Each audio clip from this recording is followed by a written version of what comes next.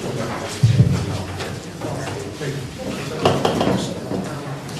compliance with Chapter 231 Public Law 1975 entitled Open Public Meeting Act, adequate notice of this meeting has been provided as specified in the Act.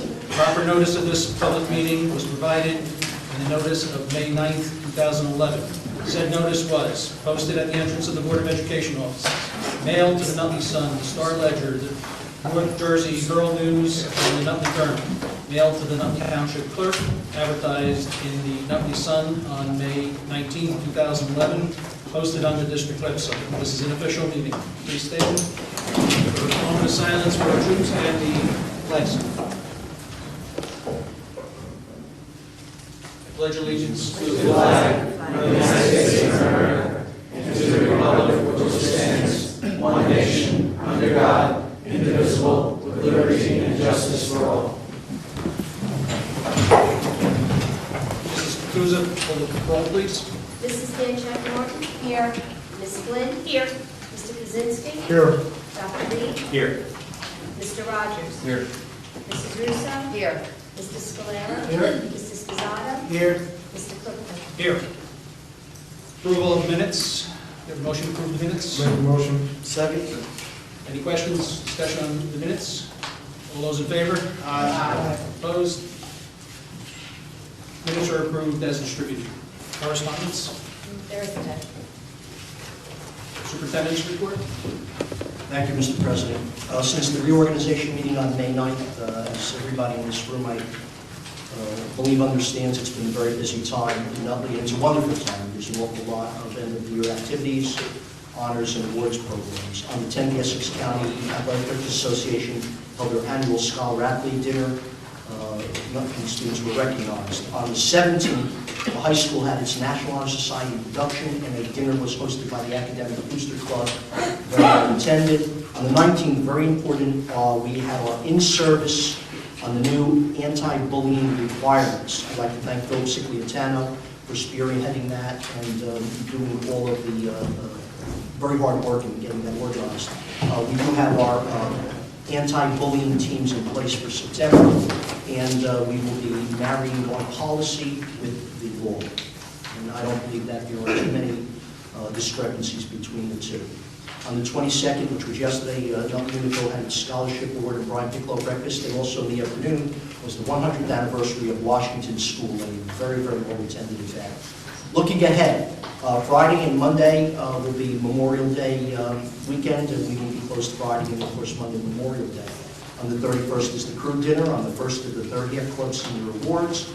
On the 3rd is New Jersey Smarts Training. The district will be attending that, and that is at the County Superintendent's office.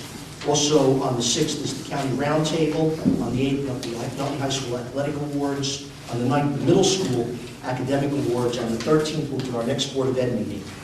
On the 14th, the Nutley High School Academic Awards. Moving to the 22nd, kindergarten promotions at 9:30 a.m. On the 23rd, middle school promotion at 2 o'clock. And the elementary promotions will be at 10 o'clock that afternoon. On the 24th will be the final county roundtable of the school year, and I will be introducing our new superintendent to the county superintendents. On the 27th is the high school graduation, and the following day, the 28th, is our final Board of Education meeting for the school year. I'd like to, if I may, address the addendums all board members have in their hand, and I believe it's been distributed to the public. Addendum items 15 and 16, they simply address the autistic summer program and the special education summer program. And yes, that they be approved this evening so we can move forward with staffing and planning and being ready, since we only have a few weeks before the school year closes. Additionally, we have a number of addendums that have not been distributed. The board, we're at a deficit. We're not allowed to meet before the meeting. We have a very difficult time discussing personnel matters with the full board before they take action. With that in mind, those addendums will be distributed to the board this evening, and I believe that we will take no action until we schedule a special meeting for personnel for tenured and non-tenured teachers, and all supports to be renewed for the coming school year. Thank you, Mr. Thank you. Any committee reports? Personnel committee meeting met, but all we can give you right now is progress. Okay. Any others? Secretary's report?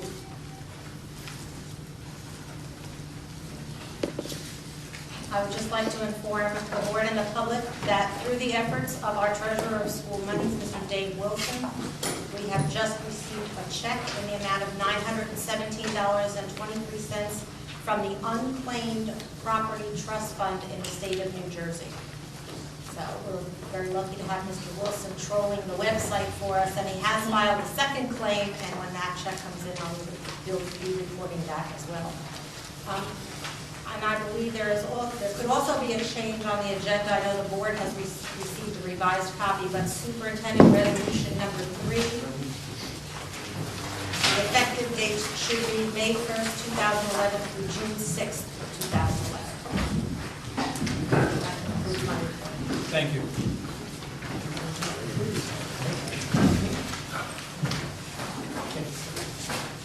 We now come to the portion of our meeting where we allow members of the public to address the board. In this section, we allow questions or comments on only the resolution addressed in tonight's agenda. Our board regulations allow 20 minutes for these communications. Each person shall be limited to 3 minutes, and we ask you to try to stay within this requirement. Speakers may speak more than once only after others wishing to speak on the topic have been heard. All statements will be directed to me as the chairperson, and no one may address the board members individually. Please be reminded that if your statement is too lengthy, personally directed, abusive, obscene, irrelevant, or redundant, your participation may be terminated. Please remember to always state your name and address each and every time you address the board. For the first place person, please step forward. Wishes to be heard.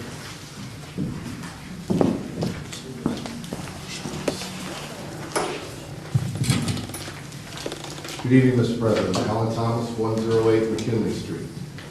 Mr. President, I have questions regarding BA Resolutions 3, 7, and 8.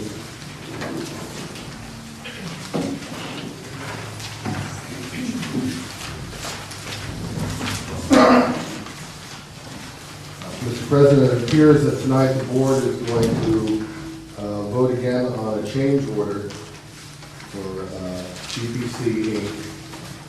Approve payment of that change order, and also approve that the bill be paid in the list of bills. Is my assumption that the project has already been done, completed, and a check written out at this point in time? Yes, the work has already been completed. The work has already been completed. Mr. President, is that appropriate procedure for construction work to be performed before the board has actually approved that it be performed? I realize this is not a big dollar issue, but there is a principle at stake here. And I also realize that there are emergency provisions in the law that allow for such things, but I don't recall the board ever voting to declare an emergency. I believe, Mrs. Yeamans, maybe you want to address it. We do have a provision in our policy where up to a certain threshold that the business administrator can approve, and then the board will vote on it thereafter.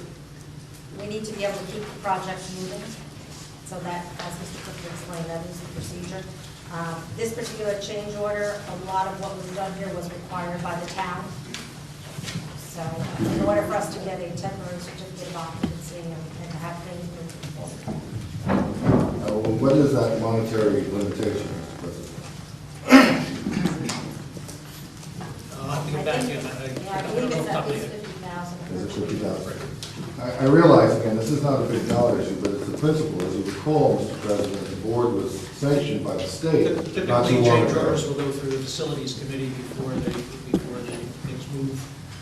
But on certain situations, such as this one, the DA is authorized to go forward. Thank you, Mr. President. In the same area, at the last meeting, there was discussion about how that would be charged back to another contractor who actually created the damage.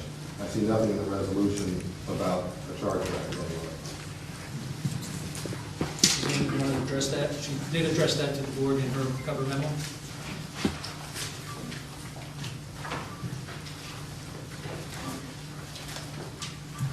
At the last meeting, I had mentioned that there was the possibility of that type of a transaction occurring. However, what did happen with this particular incident was that the sidewalk repair sections were damaged prior to work ever commencing. And while a few sections were damaged as a result of the construction, those locations were not included within this change order, and they have been repaired by GPC at no charge to the owner. So this particular change order is for sections that were damaged prior to any work commencing at Spring Garden, as was evident by the grass growing through the cracks and missing sections. The sections were noted by the Nutley Building Department, and it was noted during the temporary certificate of occupancy inspection that they needed to be repaired or replaced prior to the issuance of a CO. Thank you, Mr. President. Thank you, Mr. I have other questions, Is but there anyone else who should be heard? Resolution matters.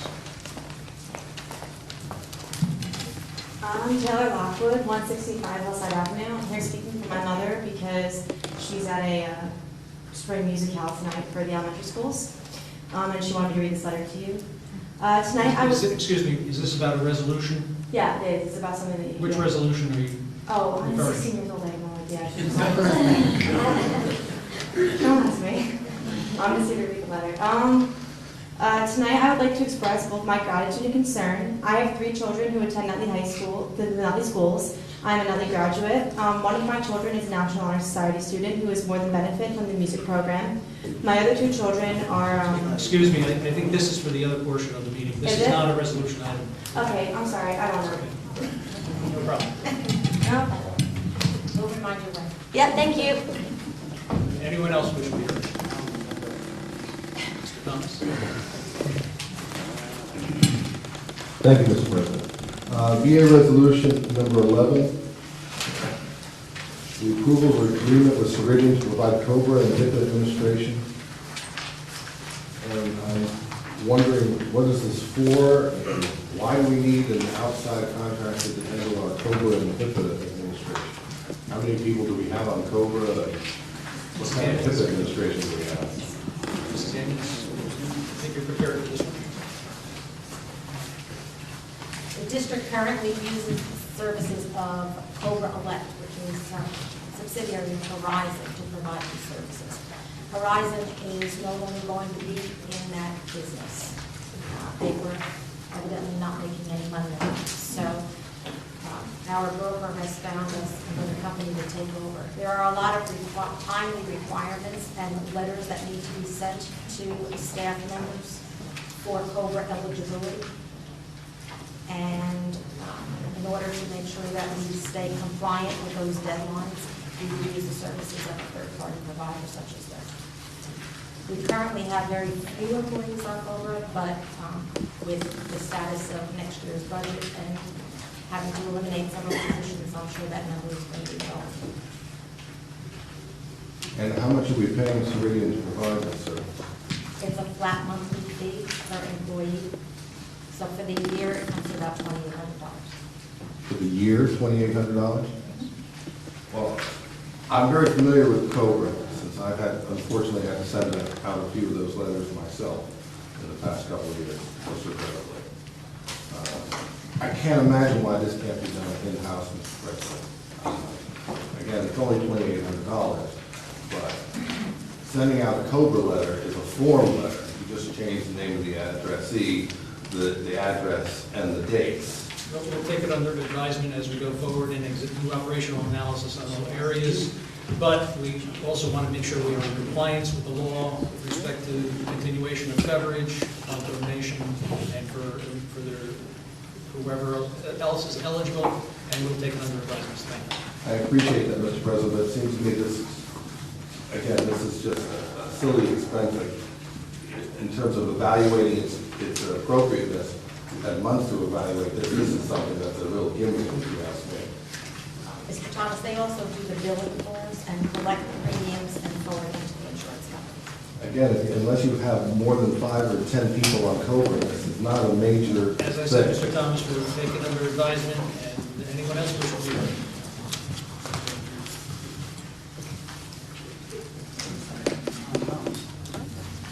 Mr. President, BA Resolutions 12 and 13.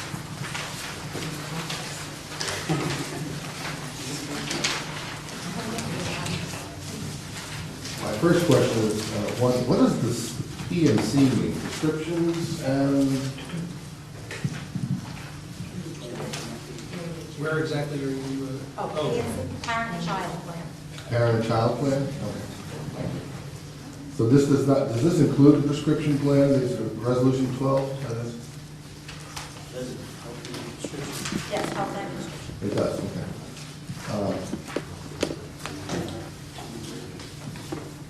Now, Mr. President, was there any kind of penalty or surcharge for all of our, from the carrier for our switching from traditional to direct access?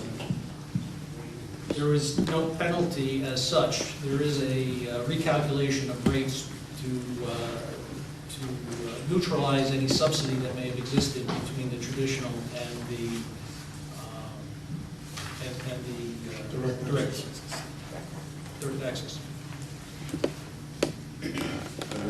I'm trying to figure out what that means, in layman's terms, Mr. President. Does that mean that one of our plans is subsidizing another plan? Yes. And was it designed to do that, or is it something new to the board? I think typically, if you look at plans, there will be subsidy, that all rates are not necessarily self-supporting across the board. When they do a rate increase, they just apply it generally. They don't experience rate each one category. And the carrier does this, and the board knows that they're doing this when they're quoting us prices? Yes. And does this mean that in all the switching, and I know people went to a lot of effort, and again, I applaud the EAN for its efforts in getting enrollees to move to the less expensive plan, does that mean that we didn't save nearly as much money as we thought we were going to save? Yes. And you put some numbers on that for us, Mr. President. Not at this time. I will get you numbers. If you care to have numbers, I will get you numbers. But let me say this, that the direct access plan definitely has a lower cost structure than traditional in the long run, so that it is a benefit to the district. The magnitude of that benefit, because of the subsidy, is not as great as people thought. And if you recall, at one of the previous meetings, I said that you don't look at the real savings is not the difference in the premium cost, but the difference in the claim costs. So that. Well, one can see that there's still significant savings. It's just that when we're laying off art teachers and librarians and things like that, you're looking for everything, and it's just disappointing that. It is what it is. Do you have a question behind all of this? Well, I can also make comments at this time, can I not, Mr. President, according to the board's policy? It just seems to me that this is the type of information that the public should also be educated about and be made aware of. And I appreciate the fact that you get the numbers. I would hope that the board would make those numbers public. And Mr. President, I notice there are obviously two different deductible standards here. Is that because of different collective bargaining agreement provisions? Yes. Who still gets $100, $200 deductible?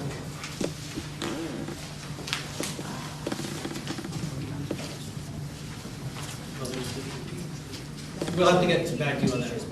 There are not that many left in traditional, so we'll give you the answer offline. Mr. President, in regard to the dental coverage, was that also done through IMAC? Yes.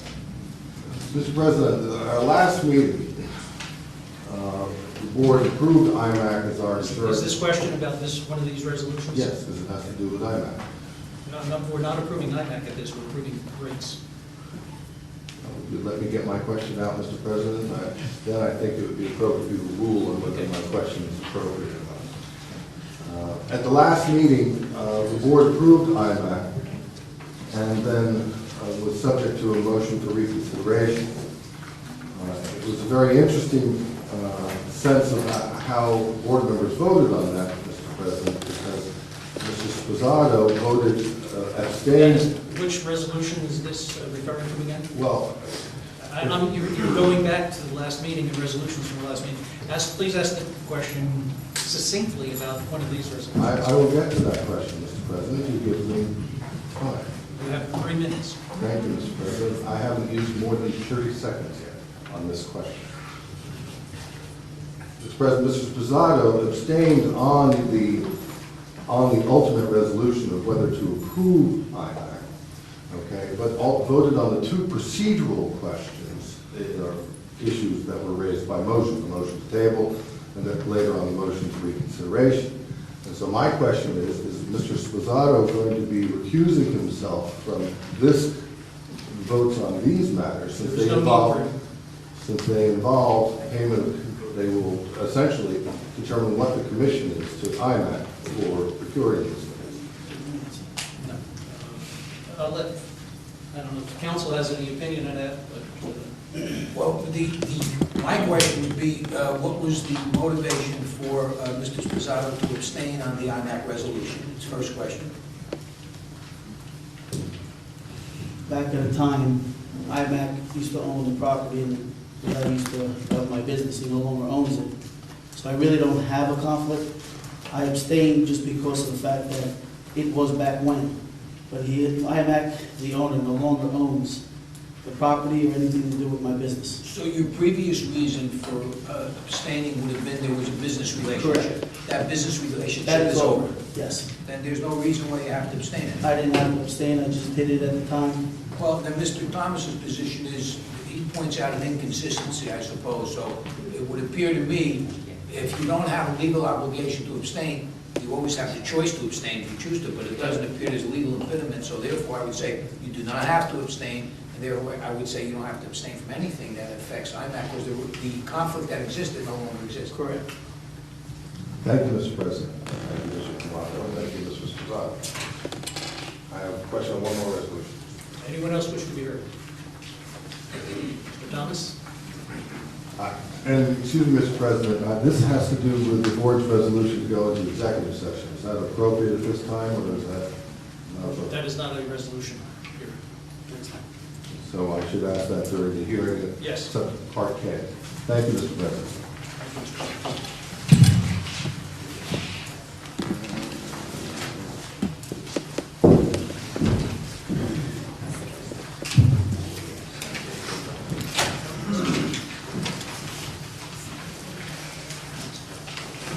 Dr. Reed, would you please move the board resolution approval of employment contract for superintendent of schools? Yes. I would like to move approval of employment contract for superintendent of schools. Second. Any discussion? Yes, I just wanted to go over, I had a question regarding the contract that Mr. Pomaco answered me, so I just wanted to share it because maybe someone else might have a similar question. The contract deals with issues related to extension of, automatic extensions of the contract. Because superintendent contracts tend to extend themselves if the requisite notice is not provided to that superintendent in time to tell them whether or not their service will be provided. So, because we are constrained by entering into a 3- or 5-year contract by law. And Mr. Pomaco responded to my concern about that because there's renewal language in there that deals with another statutory requirement that says if you don't give the requisite notice, the contract automatically expires. So that's why there's that renewal language within this contract, and I just wanted to kind of bring that to everyone's attention. Mr. Pomaco said, regarding my concern at the new superintendent contract, that the statutory reference is NJSA 18A-1720.1, which addresses this issue. And the language in the contract does mirror the statute, with the exception that we've changed to give our new superintendent notice of non-renewal 1 year prior to the expiration of his contract, right, Mr. Pomaco? That's correct. So I just wanted to bring that to everyone's attention. It was kind of glaring to me because we do have that 3 to 5 year. And I also wanted to note that, which we didn't note, I don't know if it's in here, but that we did get approval from the superintendent of the county that the contract is in compliance. Yes. Yeah, it's in there. That's what we could. Yeah, I just wanted to make sure everyone understood. Thank you. Any other discussion? Mrs. Cruz, call the roll, please. Mrs. Stanchek Martin. Yes. Ms. Flynn. Yes. Mr. Kaczynski. Yes. Dr. Reed. Yes. Mr. Rogers. Yes. Mrs. Russo. Yes. Mr. Scalera. Yes. Mr. Sposato. Yes. Mr. Cookton. Yes. I'd like to welcome new superintendent.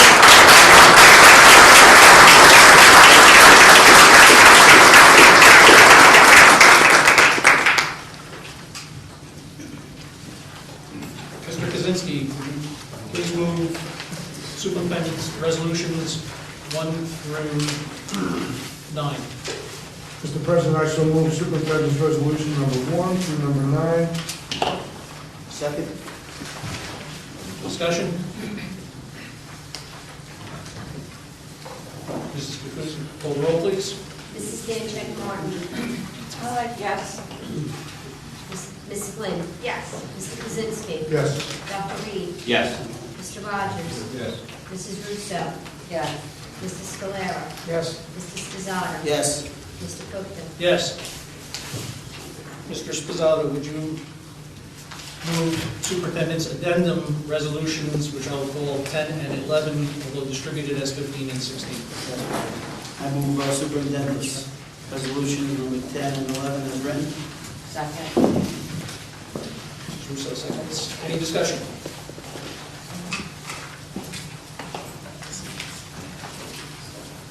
Call the roll, please. Mrs. Stanchek Martin. Yes. Ms. Flynn. Yes. Mr. Kaczynski. Yes. Dr. Reed. Yes. Mr. Rogers. Yes. Mrs. Russo. Abstain on number 10 pursuant to law, yes on number 11. Mr. Scalera. Yes.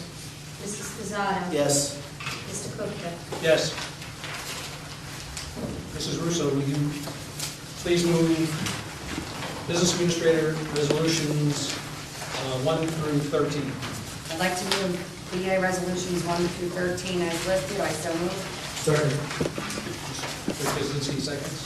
Any discussion? Yes. I was just wondering, I know IMAC renegotiated their fee, and I believe the chairman told me they're going to be receiving 2% or 2.25%? 2.09. 2.09. So that, is that on the total medical and also dental, or just medical? That's just on the medical and prescription through the Ross and Blue Cross. Okay, so they're going to be getting the 2.09% on $8,780 and 14. Yeah, so that's like around 163,000. Okay. All right, and also, the question that was brought before was Mr. Sposato, with Joe Murillo, with the owner. On the EPA website, it still shows that Mr. Murillo owns the gas station, so I was just wondering. Check it out. He doesn't own the gas station. Okay, so I guess the. Maybe still, let me rephrase. For EPA, he's probably still registered. He has a situation, I believe, with contamination from like 5 years ago, which is still being litigated. Oh, So he okay. may be still there with EPA, but as far as property owner, and as far as my being owner with me at the gas station, he's no longer. Oh, okay, because it just says he's the operator and the owner Okay. of the property. Very good. All right. Any other discussion? Mrs. Flynn? Yes. I was able to follow up on this insurance contract, or proposed contract with Ms. Neiman, so I thank you. And I also reached out to the insurance broker to try to get information. So I have more of a comfort level than I did have, but I just have a few questions to follow up with these items. First, I just want to ask, well, attached to our letter where we do have the rates and the costs and the increases referring to this chart, Mr. President, there's, it shows the savings. When we were preparing the budget that was put up to vote, was this prepared at that time? Were these the numbers we were working with prior to the budget being presented for a vote? Mrs. Yeomans?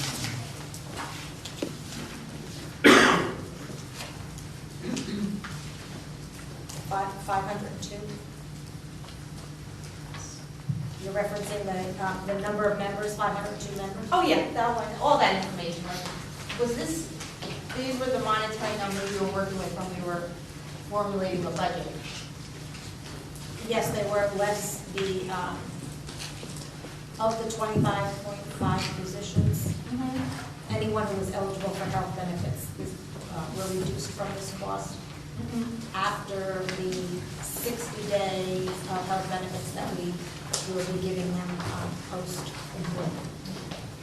And I don't know if we asked this, as far as the COBRA benefits go, was the broker ever asked if they would help assume those responsibilities on behalf of the district? Is that something we could ask them? We did not have that conversation. But we could ask that question. Yeah. It's- Only Mr. because Thomas then- will take it under advisement, what's Yeah. the best way to do this? Yeah, because, Mr. President, I don't know if that's a possibility, and I'm just thinking, I don't know what numbers we're talking about with the COBRA, so I didn't know if it's something. What's I something know. to put on the list of things to do, and, As far as the change orders Yes. that are on the agenda tonight, I had the opportunity to review those papers, which were helpful, and I think that in the future it would be helpful when the facilities committee get together, and we'll, I guess, have that opportunity to look through those documents, because they were enlightening and helpful in terms of the numbers, and that's the type of information I was requesting last week, so I appreciate having that opportunity to see where we are in the contracts. I know, I just want to note the two changes that I had questions over. There was change VA Resolution 9, talks about a change order. Apparently, from what I've been told, the change order for Radcliffe and Yannick were to install security lighting to make up for the additional cost. So that's what that was for. And then, just for reference, VA 10 was a change order because the engineer didn't do such a great job with the plans. So that's why we need that change order. So that information was helpful because the specs were incorrectly drawn and electrical changes in the made. So Thank just you. note that for the record. Thank you. Mr. Scalera. Mr. President, I just want to clarify that the engineers did. The engineer that we were using, according to the report from insurance, they said they closed their doors unexpectedly, so that's the reason the cost came about, was the company kind of went out of business on doing the original work, so just to clarify that. Thank you. And I did get a good report, and I thank you. Any other discussion? Not call the roll, please. Mrs. Dancheck Martin? Yes. Ms. Flynn?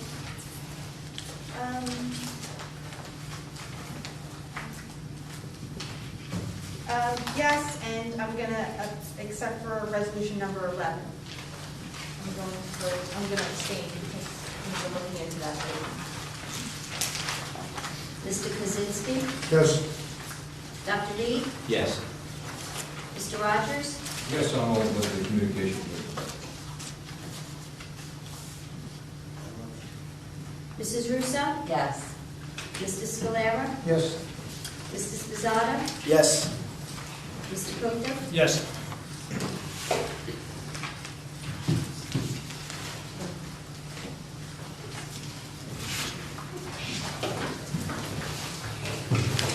In this section, we allow questions or comments on all school-related matters. Our regulations allow 30 minutes for these communications. Again, each person shall be limited to 3 minutes, and we ask you to try to stay within this requirement.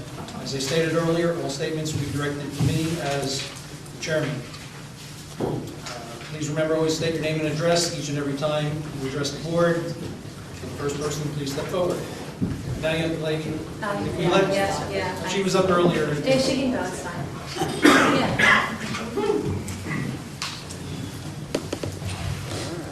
Hi, Susan Quigley, 8 Newman Ave. Good evening. I'm a teacher and also I'm a parent at Radcliffe School. And I'd like to share my perspective as a parent. It doesn't seem fair to me that the children at Radcliffe School always seem to get caught in the shuffle. This year, John Alessio, whom both my children adored and admired as a gym teacher, was moved mid-year to the middle school. Our nurse also, Mrs. Riley, whom my children were also very fond of, was transferred last year. And now we are apparently losing both our librarian, Ms. Gambaro, and our art teacher, Mr. Barons. And I say losing because even if they are placed in a classroom, they are being taken out of the area in which they have a passion for. Ms. Gambaro infused freshness and excitement into the library program when she became our librarian. My children were excited to go to library and Ms. Gambaro shared a wealth of knowledge with them and opened the door to technology. They looked forward to going to the library and taking out books. They couldn't wait for computer day and the lessons Ms. Gambaro planned on the smartboard and during computer time. Bottom line, Ms. Gambaro's passion for reading and books and sharing information became contagious. She showed them how important and fun reading is. As a parent, that is very important to me. My daughter recently graduated from 6th grade at Radcliffe and entered the Fine Arts program in the middle school. Her love and appreciation for art grew due to the teaching and guidance of her art teacher at Radcliffe, Mr. Barons. She often tells me she would never have tried to get into this program if it wasn't for him. Recently, when I was taking my son and a few of his friends to a soccer practice, I heard them talking about art and how much they enjoyed the projects they did in art and how funny Mr. Barons was. I am amazed at the projects I have seen my daughter and son bring home and those hanging in the hallways. Mr. Barons has transformed his students into Van Goghs, Da Vinci's, and Michelangelos. My children have a new appreciation for art and artists, all due to Mr. Barons. As a parent, that is very important to me. The passion these teachers have for their subject areas make a crucial positive impact on their students. In my eyes, when you take library and art, or any other area, and you put them on a cart, or you have traveling teachers, it makes them seem unimportant, and that's a shame. I would also be amiss if I didn't mention one other teacher whose job is apparently being eliminated, named Vincent Vicarelli. I have sat at many sports games for my children this spring, and countless times I have heard what a wonderful, enthusiastic, encouraging, and refreshing instrumental teacher he is. I have heard how he has given his own time in other areas, such as marching band and percussion ensemble. I have heard how he makes positive phone calls home just to tell parents that their child is doing a great job. I have seen him at many concerts in the district supporting both students and colleagues. Again, passion, positive impact. As a parent, this is important to me. So why do we want to get rid of or move these passionate teachers whose impact is so very positive? Does it really all come down to money, considering the way they're impacting our children? Isn't that most important? Well, as a parent, what they make is important to me. Because do you know what they really make? A difference. That's what's important to me. Thank you.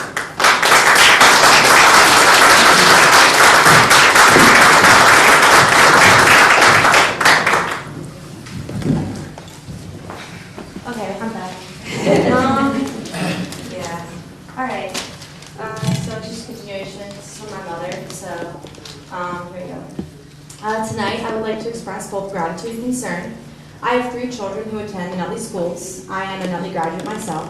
One of my children is a National Honor Society student who has more than benefited from the music program. My other 2 children are classified students who receive special services.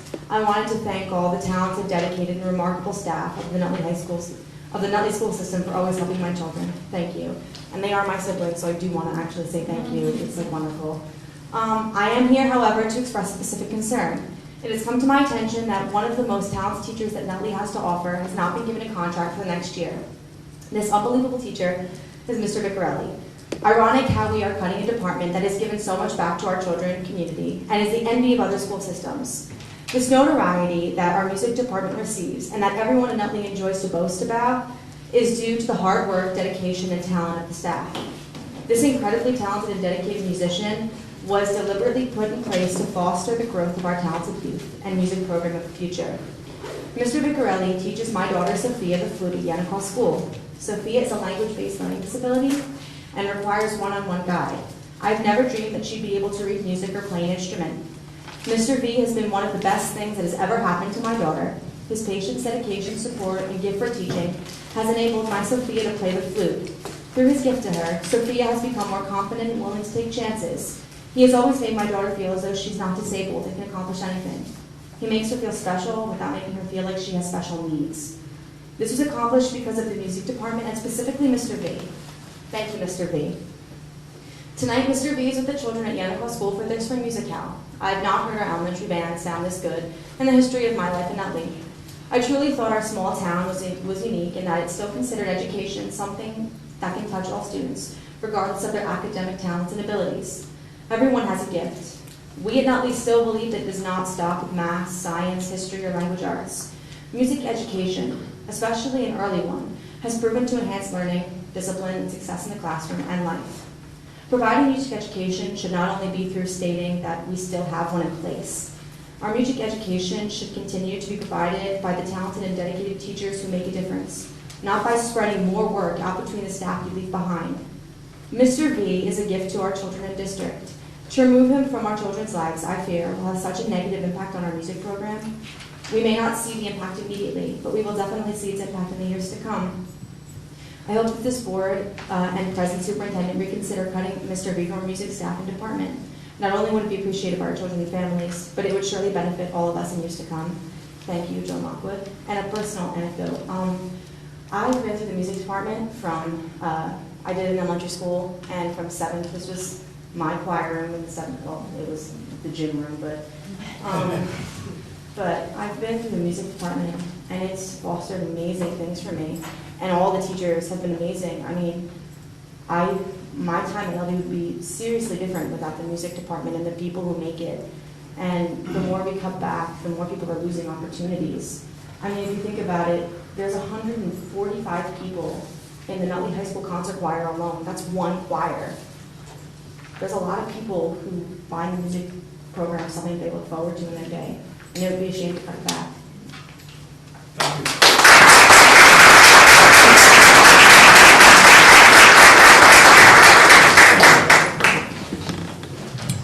Terry Quirk, 45 Hampton Place, spokesperson for the Nutley Parent Advocacy Network. I have some questions. First of all, are we having an activity fee starting in September? Will that be starting to pay to play? Pay to play will start in September. We haven't worked out the details yet. Okay. Is that for all sports?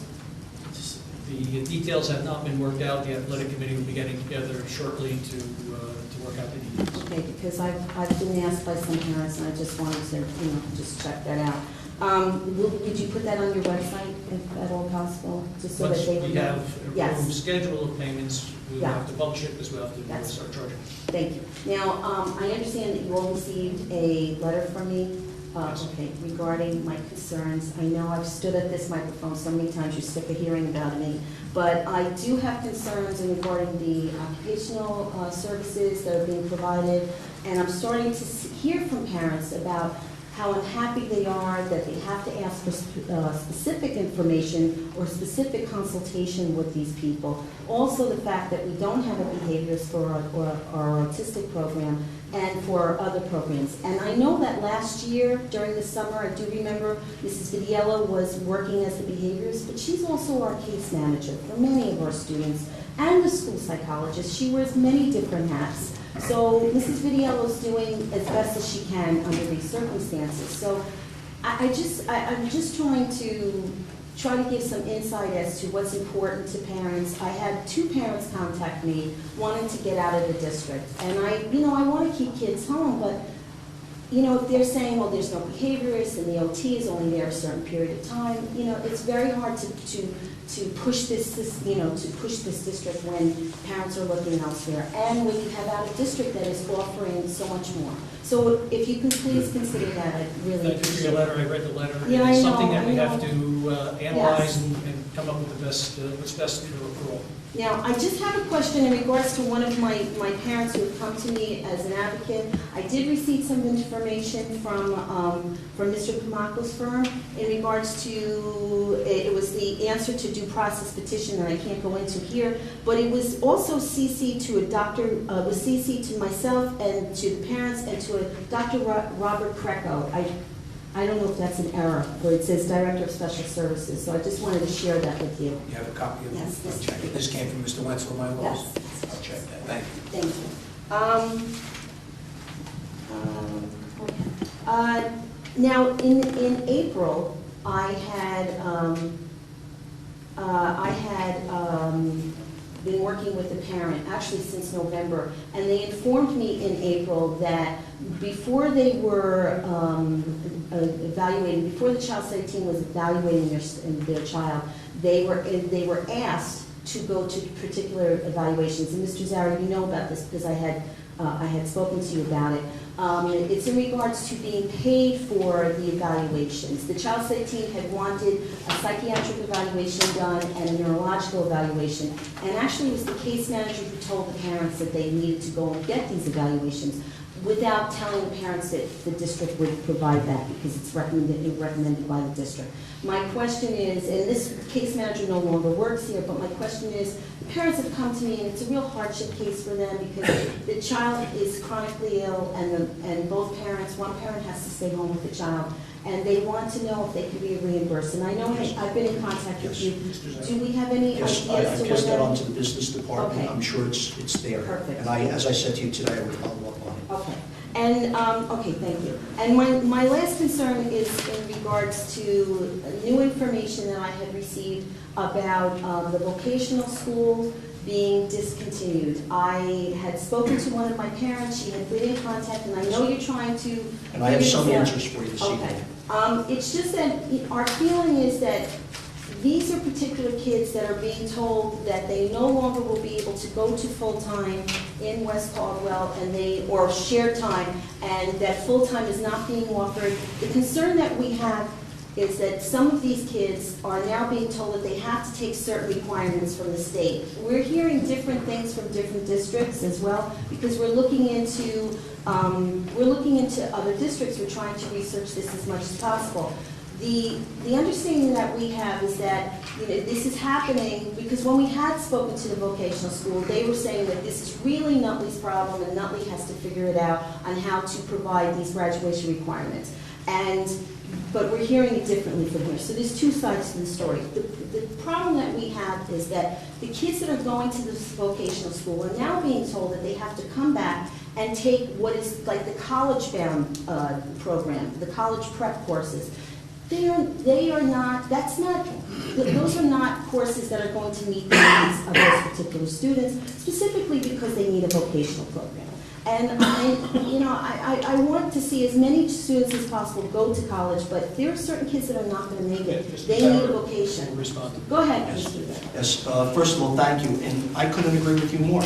I think that the vocational school is an excellent opportunity for these students. I spoke to Dr. Pinella, who's the superintendent of the Essex County Vocational System, on Friday, and this morning I talked to Dr. Zelkowitz, who is their an apt description is their special needs coordinator. The problem is not a Nutley problem. The problem is the State Department of Ed with our half-time students. Now, let me clarify. Seniors that will be transitioning into senior year in September, they're fine. Juniors, there's a question as to whether we can still meet their graduation requirements and they can attend part-time. Freshmen and sophomores, next year's freshmen and sophomores, it's a totally different problem. Here's the issue. If they are going part-time to the vocational school, that allows them 4 periods in Nutley. It's 20 credits per year, times 4 years, it's 80 credits. There's 120 credits required to graduate. Now, in the past, at the vocational school, they would count horticulture as science and perhaps cabinet making as math. As you know, with the standards, first of all, we talked to Dr. Bob Reese from the State Department of Ed, who confirmed our concerns, and he stated that, and I quote, we were 100% on target with our concerns. Beginning with the class of 2014, students in New Jersey must pass Algebra 1, Geometry, Bio, either Chemistry, Physics, or Environmental Science as part of the 3 Math and 3 Science requirement. Additionally, there's an end-of-course assessment that will be coming. The class of 2016 will have an additional math requirement, and they will also, that is listed as a course that builds on Algebra 1 and Geometry, an additional science requirement, which is described as an inquiry-based lab or technical science. So when we only have, in counting periods, and doing the math with all these requirements of 4 years of English, 4 years of PE Health, 3 years of history, 3 years of math, 3 years of science, 1 year of financial literacy, 1 year of fine art, 1 year of practical art, and 1 year of language, 21 courses are required. And we can only fill 16 periods if they're part-time with the vocational school. Now, in speaking to Dr. Fennell and Dr. Zelkowitz, I said, what can you do on your end, since there's travel time? They're on a bus at least a period one way and a period another way. So that further diminishes an 8-period day.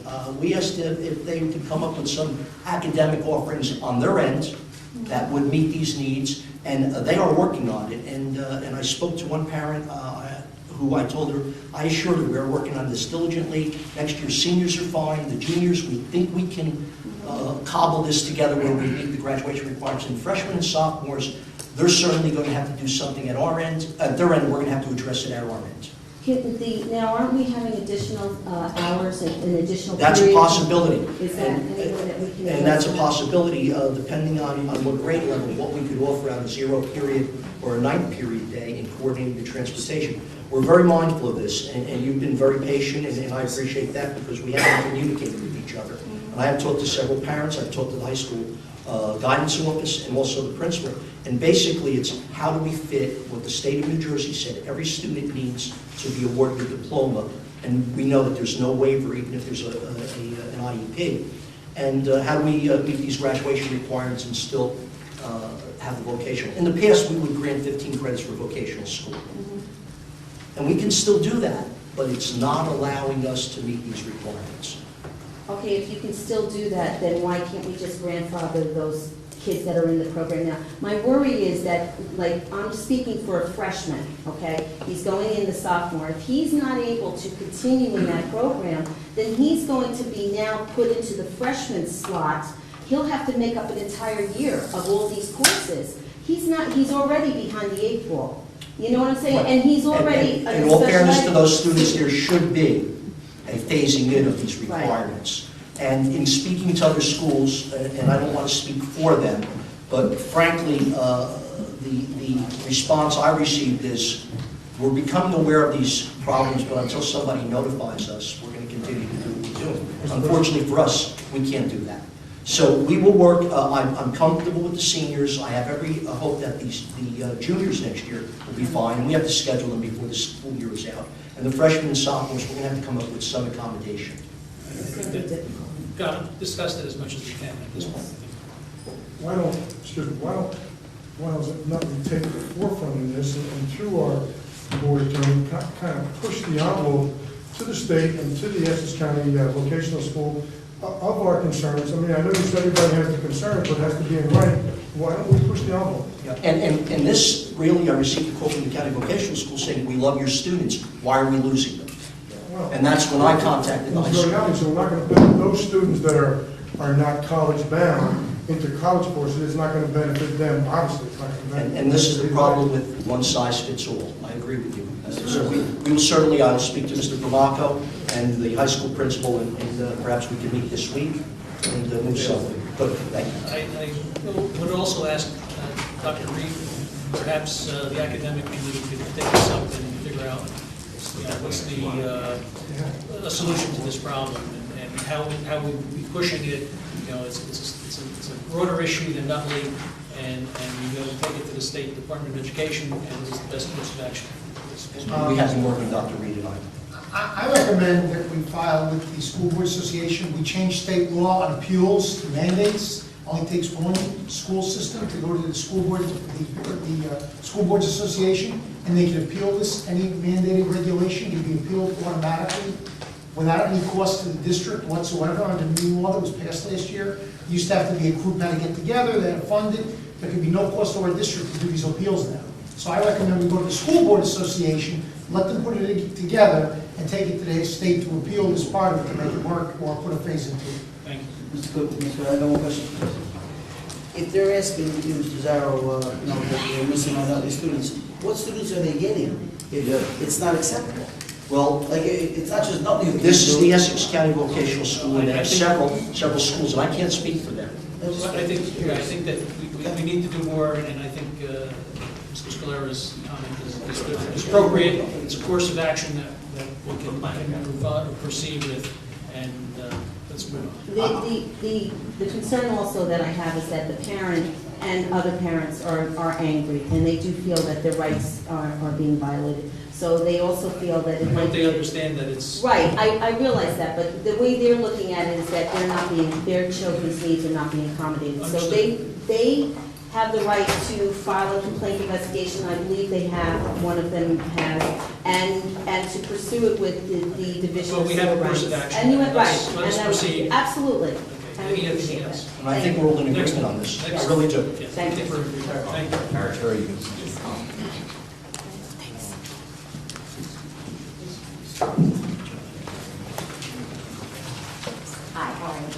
Please tell me else. Here, it's come to our attention that the high school athletic program is having some major cuts come to them. And my concern is that if we're instilling a pay to participate program, why is it that certain programs, athletic programs, will then be cut? In my instance, JV cheering was brought up. I know there are going to be many other programs, not just that one specifically. But if we are paying to participate in these sports, why then should any sport or level of sport be cut? Constructing the budget, we took all that into account, and to stay within the 2% cap, we had to make some decisions, and to balance academics and other extracurricular activities, and part of not reducing those extracurricular activities further, the pay to participate program came into play. The athletic committee will be reviewing that, and there is a possibility that we raise those fees somewhat, that we do not have to. We could reevaluate the programs, but only if there's sufficient revenue through the pay to participate to do that. Right, because I know, in this specific program, and a lot of the other athletics do a lot of fundraising as well. So in the instance So of, the let's question is, say, what are the alternate funding sources that perhaps we could not? tap into, and especially because, in the program we're talking about, there's not a lot of overhead, there's not, if we're paying for it, I imagine most of it will be cover our costs across the board, I'm sure, and the rest of the sports as well. A lot of the parents feel if we're going to pay, then our children should be allowed to participate, because that's what we are paying for. Right. It still has to fit into the overall budget before we can proceed. And the athletic committee will be reviewing that. Thank you. Well, then I just ask that be taken into consideration, especially for these girls, because I feel that the girls get the shorter end of the stick of it. If you're going to have football, then a cheering situation, the girls should be allowed to do it. You're now really only allowing a varsity and JV. I think there were 70 girls that went to a meeting for only 4 spots. And that's a lot of girls. And then a lot of these girls, that's their only sport they've done. That's something they've gone through the town, they've gone through the sports, and there's no other, anything that allows them something else like that, so. We're very cognizant of it. The whole board has been aware of it, and when we meet this week, we'll discuss it some more, but we're certainly aware of the situation. Thank you very much, I appreciate it. Thank you. Next.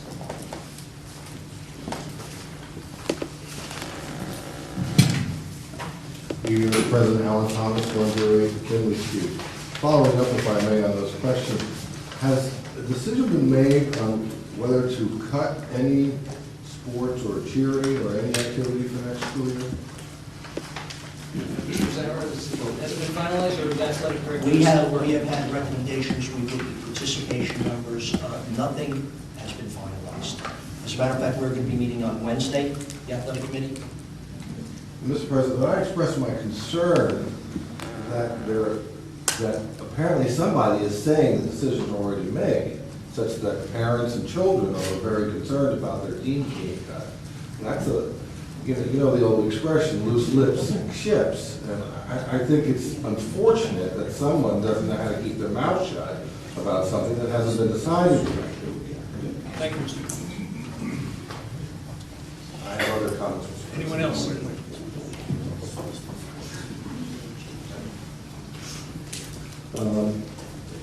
Mr. President, I was unsatisfied with how the discussion about the vocational program was left, because I wasn't quite sure what's going to happen next. If this is a state-created problem, then it seems to me that it's a decision that essentially closes our county vocational schools, since every school district should have that problem. But that's not where we left it. We left it at the I- academic committee, and then we're going to do an appeal to the... I know, I'm not done yet, Mr. President. Okay, well, Okay, and this is the point that Mr. Scasato brought up, and so I am confused as to why this is a problem we have. And again, I am confused as to why something is being said to students and their parents already when we haven't made a decision yet. This board hasn't been advised of what the superintendent's decision is. He hasn't made a decision yet, yet parents are being told stuff. I think that's most unfortunate. I assume you would agree. If I may, the vocational schools are still very, very active in accepting full-time students. The dilemma is with part-time students. So that issue is the problem. Well, Mr. President, on that score, and I hope you realize I'm addressing the I understand. directly. Yes. No disrespect. None taken. Mr. President, this is an opportunity for us, maybe not just here in Nutley, but elsewhere, to think outside the box. And you and I may not have had this conversation, but I think Mrs. Zara and I have. I have found this whole four-year high school program, this paradigm that we've been operating under, for the last 100 years, to be an anachronism created by the Germans in the 1880s. We copied it over here. The Germans dropped it in the 50s, but we're still doing it. This seems like an opportunity, because I suggest to you, Mr. President, that vocational students do need algebra. They do need geometry, because they're going to need that kind of training in logic and rational thinking that's going to be more helpful to them in their future than we could ever possibly have imagined when we were their age. So we've got to think outside the box. So that means we create a 5-year program, okay, for students who want to do the part-time vocational program. I would applaud that. That way they get not a college prep course. I think it's such a bizarre dichotomy to separate, just because you take algebra, you must be college prep. That is so old-fashioned. It shouldn't be discussed anymore in public at the Board of Education. Thank you.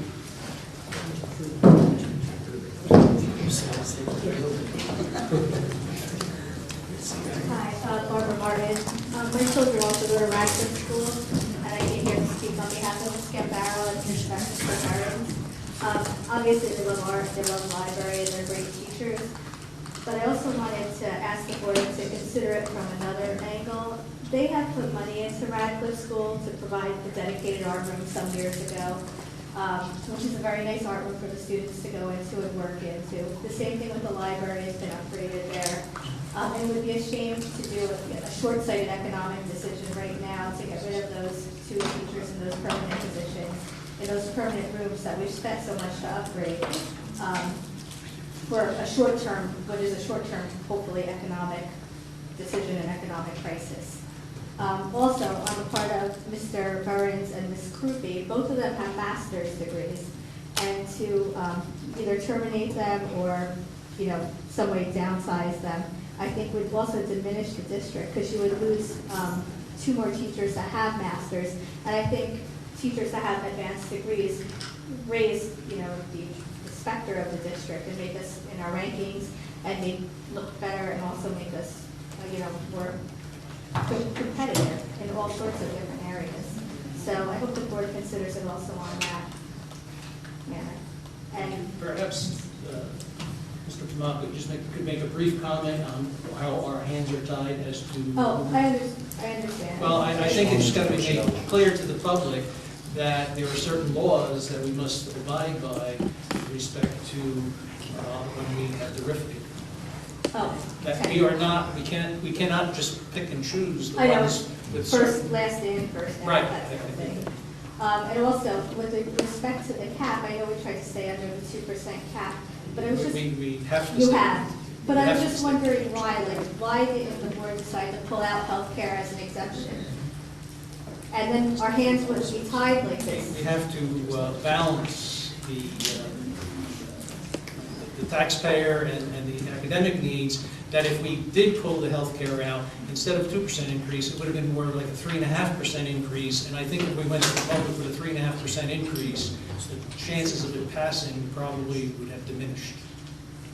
I guess it's calculated too. And But it so, went, almost 1 in 10 districts decided to go outside the cap. So their hands wouldn't be tied like this, so we wouldn't have to. well, it's affordability, and I'm sure you've heard Mr. Evans talk more than once about affordability, and the number of houses in this community where they're for sale, where they're being foreclosed on, where people can't afford to pay their taxes. So we have to take all that into consideration, and we opted to stay with the 2% cap. Thank you.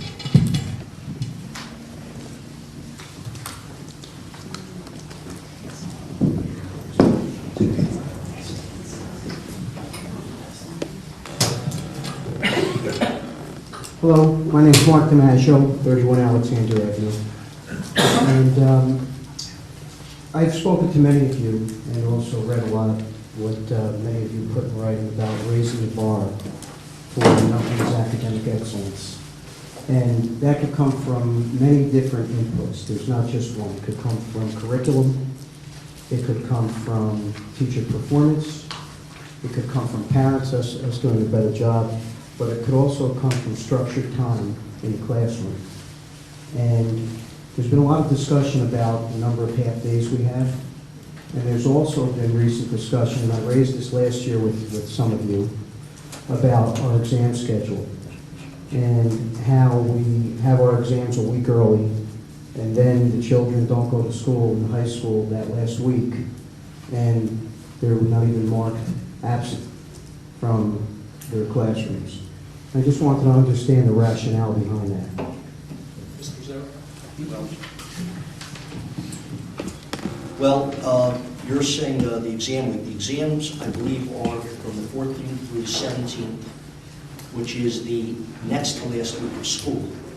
And as you can imagine, all those exams have to be graded. Those grades have to be inputted by teachers. Guidance has to meet with those students that have not been successful to reschedule them. There is graduation practice. Those are the items that take up that last week of school. This year it would be from the 20th through the 24th. You're asking, if I'm hearing correctly, that they teach right up through the 24th.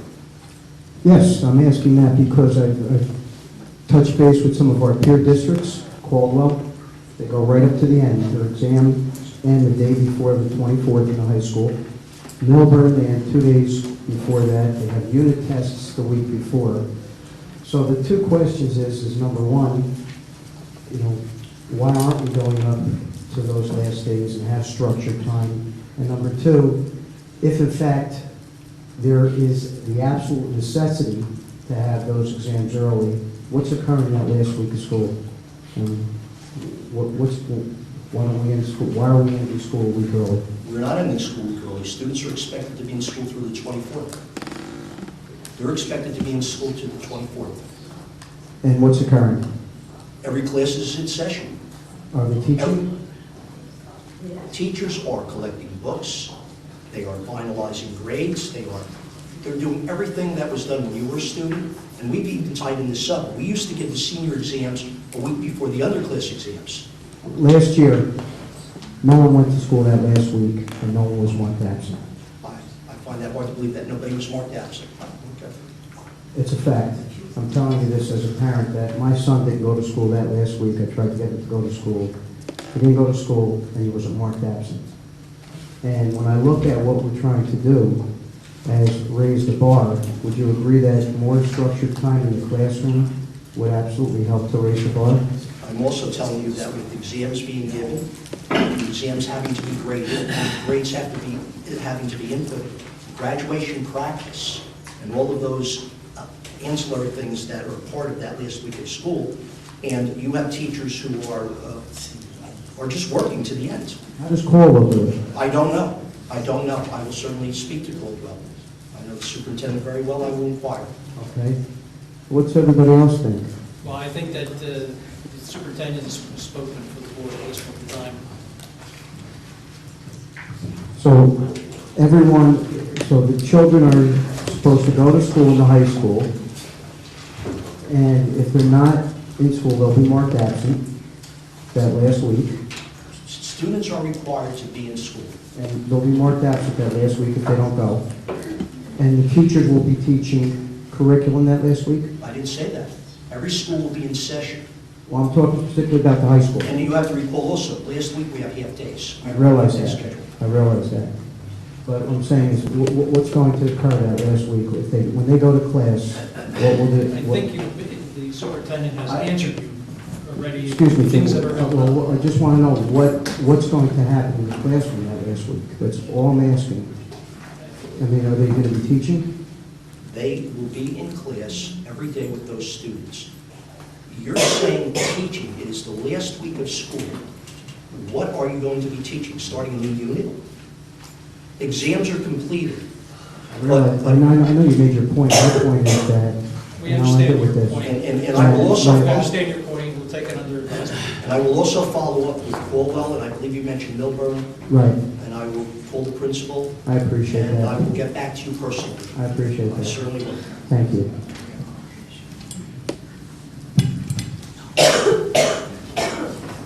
Anyone else?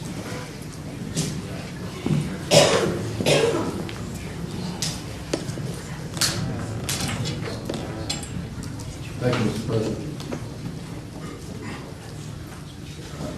Mr. President, could we get a status report on the appeals we've made to the Department of Education 2 years ago on assessments against the school district? We will get one and report back to you. I don't think we have that this one. We have I can give you the status on the one matter, and that is that we have submitted briefs. We made a motion for summary judgment. There were a number of dates that were given. It's the administrative law court. They adjourned several dates. Presently, briefs are being prepared to be submitted because the judge has agreed to allow us to brief it on the issue of summary judgment, making a legal argument. We're waiting for that determination. That determination is not in the favor of the board. We will proceed with the trial. Which particular appeal is that? The big appeal, the 300,000 plus. Yeah, Mr. President, has the board made a provision in this year's budget to repay that $300,000 should the appeal be unsuccessful? No. And the status of the other appeals are not as big as that one, but The last one, because of the lack of personnel, believe this or not, the last alleged OFAC recommendation, which was a small number, maybe 60 or so, they've never given us the final determination from which we can appeal, and that's because there's no one in charge down there. That's true. It's absolutely true. we often say that about traffic. Thank you, Mr. Thomas. Mr. President, so what that basically means is our time to appeal is not run yet, right? On the last one, that's correct. Mr. President, and the status of the litigation with TriTech. Do you have any information on that? We have a meeting, Mrs. Shamans and I, with Mr. Cosmo tomorrow at, I believe, 3:30 for an update. He is coming here to meet with us. Do you know whether the board has been, or board members have been formally served with the amended complaint? Many of us have. Congratulations. I have other Anyone else? items. Hi.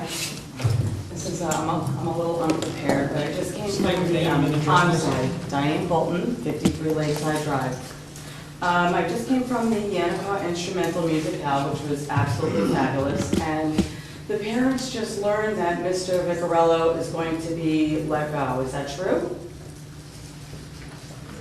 We have I cannot speak about personnel, we have a list of non-tenured teachers who will not be returning because of budgetary constraints. Okay.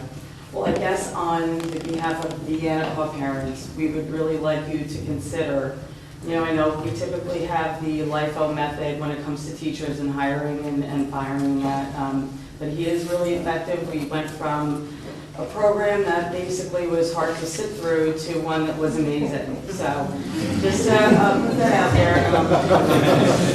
You know what I'm talking about. So, that is quite an endorsement. I really did amazing things with those kid, so I certainly hope that you consider keeping him. And considering now that I think we're on a national level now with music, writer program, so hopefully you will consider it. Thank you. The concert was a short one. Yeah. I ran over you. Thank you, Mr. President. Mr. President, I have to return to the subject of IMAC again. I understand you said that you'll be paying a 2.09% commission, is that? That's Did I hear that correctly? Yes. May I recommend to the board that you go out to bid next year? We're going to be looking at all our procurement practices and ensure that the procurement committee will have some recommendations with respect to this. Because, there's an article on the May 15th Hudson Reporter about IMAC's bid in Secaucus. Apparently IMAC has been the long-time provider or broker for the Secaucus Town Council. And they decided to go out to bid. And apparently no one gave IMAC a courtesy phone call about the bid, so they did the bid. And when they found out about it, they did what we do in this country. They filed a lawsuit.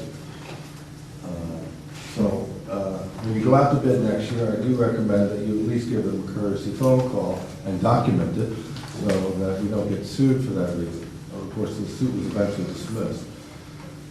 But here's the thing about that, Mr. President. IMAC and other bidders then bid on a rebidding of the Secaucus contract. And Secaucus awarded it to somebody else at 1.75%. And IMAC actually submitted a bid for 1.25%. So while we're sitting here all happy to reduce ours to 2.09, I still think we're paying too much. I think that you have to look at the broader picture also with respect to this particular subject, your broker, as to how good they are negotiating with your carrier and the best rates that you can get. You can pay less in commission and wind up paying more in the long run. So, but that's only a comment. Thank you for your comment. That's very true, Mr. President. But as you know, since they're paid on commission, they don't exactly have the greatest incentive unless they're actually bidding for the job. Or they have your interest at heart. Thank you. One more time. Anyone else?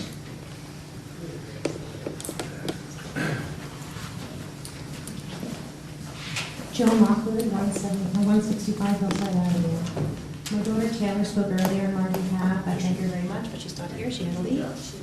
I just wanted to add, I just came back from the Yantacoa Assembly, and like Diane Bolton said, it was truly amazing. And I have been in this town my entire life, been part of the instrumental program, and I have never heard fourth graders play like Mr. V has been able to get them to play. My daughter Sophia is dyslexic. I did not think that she was going to be able to read a note because she can barely read what's on the paper. And she goes into instrumental, eager to learn because of him. And I stayed in this town because of the music program, not for anything else. My daughter Taylor, and I never spoke about this before, was accepted. 2 applicants were accepted into a very elite performing arts high school. Out of the 2,000 students, she was one of them. Only 2 were selected. We chose not to send her to that program, to keep her in this program, because of what I know the music program does for the children of Nutley. And now I have 2 other children with special needs, and I see for my middle child what that program is doing for her beyond academics, because that's not her forte. Maybe music will be. And just like Mr. Kandari was instrumental, no pun intended, in getting this music program really started to the place where we all know it is now, I believe that Mr. V is the man to get the other part of our program going. And to take him away from our children is a shame. And I know that all of us, years to come, will regret that, because some other district will get him. Thank you. Thank you.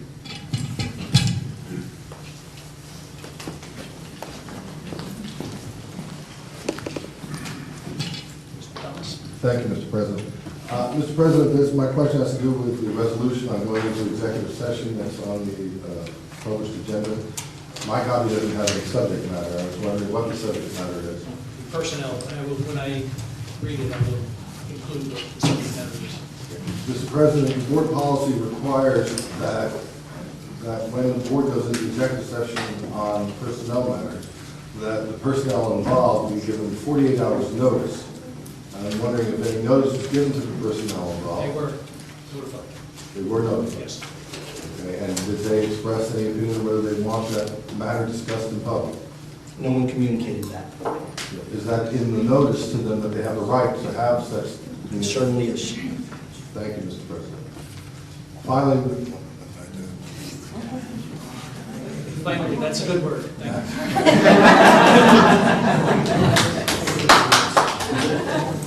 yes, I know the fact that I ask questions is bothersome to some people, okay? But I'm a citizen and I'm a taxpayer. Absolutely, you have the right. And I think the questions I ask are important. And in fact, I'm constantly amazed why a lot of the questions I ask are not asked by board members themselves. I just don't understand how you can vote on something without asking questions. Well, what makes you, excuse me, Mr. President. Well, I just say. What makes you think that we didn't ask those questions? I will respond. There is a lot of communication over the weekend, board resolutions that did occur, and so the board members do ask a lot of questions, and we do and get the answers. I appreciate that, Mr. President, but not being on the Board of Education, okay, as most citizens are not, okay, we're not privy to the answers to those questions. And when the board conducts that kind of business in private, It's not, the board isn't, it's individuals are coming in to research some of these resolutions. It's not that the board is acting together, because that would be a violation of the Sunshine Act, which we would not do. of course you would. But nevertheless, the point is, the public doesn't know what the answers to those questions are. And I would encourage board members to ask those questions in public, so that everyone will know what those answers are. Maybe there wouldn't be a need for me to come up and ask some of these questions, if you already gave us the information. We have a website that could also be used for a lot of that, Mr. President. But, get to my final point. I'd like to join with Mr. Maggio in expressing the concern, as some of us have done for several years now, about the last week of school at the high school. I'm sorry, Mr. Zara, it's a joke. No one takes attendance. Everyone knows no one takes attendance. And the fact that those days count toward our 180 required days under state law is, I have to imagine at some point in time, that's going to come back to haunt us. And it just doesn't make any sense to me that we need a whole week of school to grade final exams, that we need a whole week of school to do graduation practice, and we need a whole week of school for guidance counselors to meet with students. Because of course they can't do that until the exams are anyway.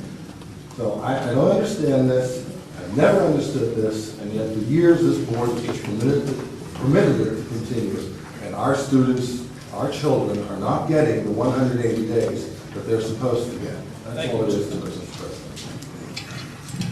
Anyone else? Close this portion of under new business. Any old business? Old business. I have old business questions. Being here all one meeting, in a second. But as to I had a question I forgot to ask, and I just want some clarification on. As to our insurance plan, Mr. President, I noticed in our letter that we received from IMAC that described the process and negotiation process, but it didn't reference a quote from the state health benefits plan. I just want to know why. We have a provision in our contract where it's got to be equal to or better than, and the state plan does not offer traditional anymore, so we could not go into the state plan if we wanted to. Okay. At this point in time. So next year when we renegotiate the contract, Assuming that could be an option, is that one? In the future, if the state plan is equal to or better They than don't have our a current, then we could approach them. I just wish that was in the letter, because I think that would be the process.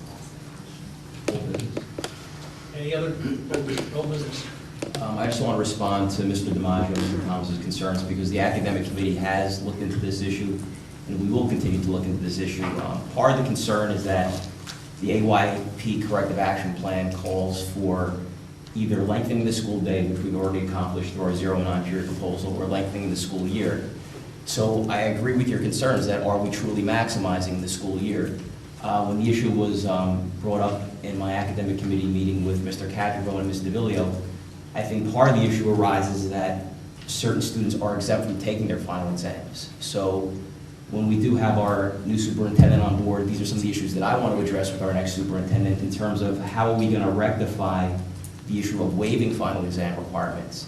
First and foremost, I think it's a disservice that we're providing our students by allowing them to be exempt. You know, again, getting ready for college, I think it's very appropriate that they do take their exams.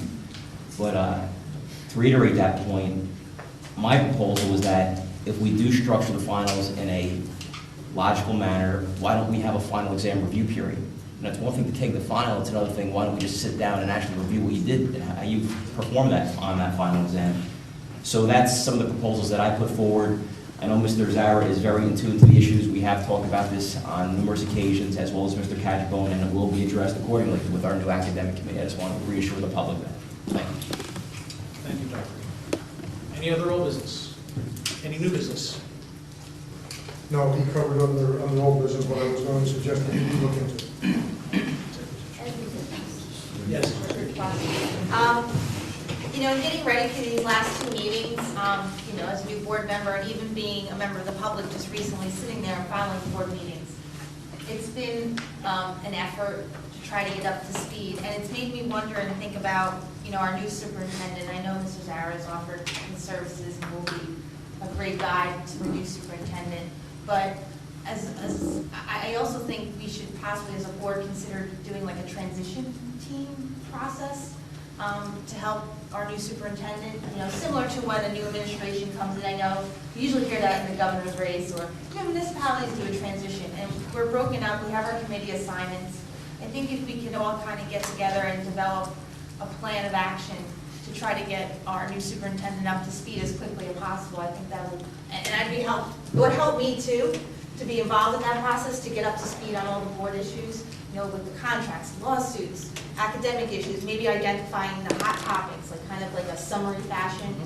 I don't know if that's something we could do, and it would help me. I would volunteer my effort and time to do it, and you know, I just would like to participate in something like that. Thank you. That's, If I may, Ms. Lazarevich and I have been talking several times every day just to reassure the board. We've been communicating. I put materials together for his review, and we will continue to do this right through June, and I have assured him I will be available. I will be a phone call away beyond June 30th. I think, yeah, and I also, and I know Mrs. Barry, we'll just come knock on your door and find you if you have a question, but also I think it'd be good to reach out to the public and maybe identify the girl. We have our PTO rep, you know, assignments now. We can report back in that way. You know, I don't know if there's something Mr. President would be interested in talking about further, but that's yes. Okay, thank you, Rich. business. Anything else under new business? If not, whereas the Board of Education will be discussing matters exempt from public discussion pursuant to NJSA 10:4-12. Now therefore be resolved that the Board of Education recess to close executive session at this time to discuss personnel. Further resolved that the results of discussion will be made public by inclusion on the agenda of the subsequent meeting of the Board of Education, or when discussing such matters in closed session. All those in favor? There will be no, when we come back, we will have